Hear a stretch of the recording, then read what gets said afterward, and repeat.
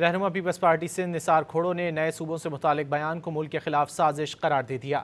کراچی میں press conference کرتے ہوئے کہا کہ اگر کاکروچز نکلیں گے تو انہی کے خلاف نکلیں گے۔ سوال اٹھایا کہ پنجاب میں قرارداد کے باوجود نیا صوبہ کیوں نہیں بنایا گیا۔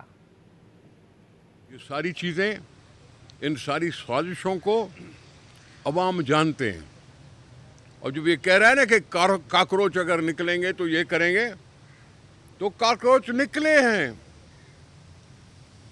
1906 ایوب خان کے خلاف بھی نکلے تھے کاکروچ، یحییٰ خان کے خلاف بھی نکلے تھے، تو ضیاء خان کے خلاف بھی نکلے تھے، تو مشرف خان کے خلاف بھی نکلیں گے۔ ابھی بھی کاکروچ نکلیں گے تو ان کے خلاف ہی نکلیں گے۔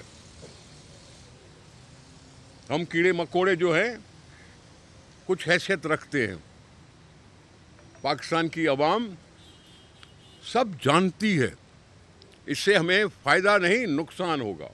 آئین کی پوزیشن لکھی ہوئی ہے واضح، اس سے کوئی ادھر ادھر کرتا ہے تو وہ قوم کا مجرم کہلائے گا۔ اتنا تو ہوتا نہیں ہے کہ پنجاب اسمبلی میں ایک ریزولوشن پاس کروایا تو کیوں نہیں ابھی تک صوبہ بنا؟ سارے ملک کو تباہ کرنے کی کیوں بات کر رہے ہو؟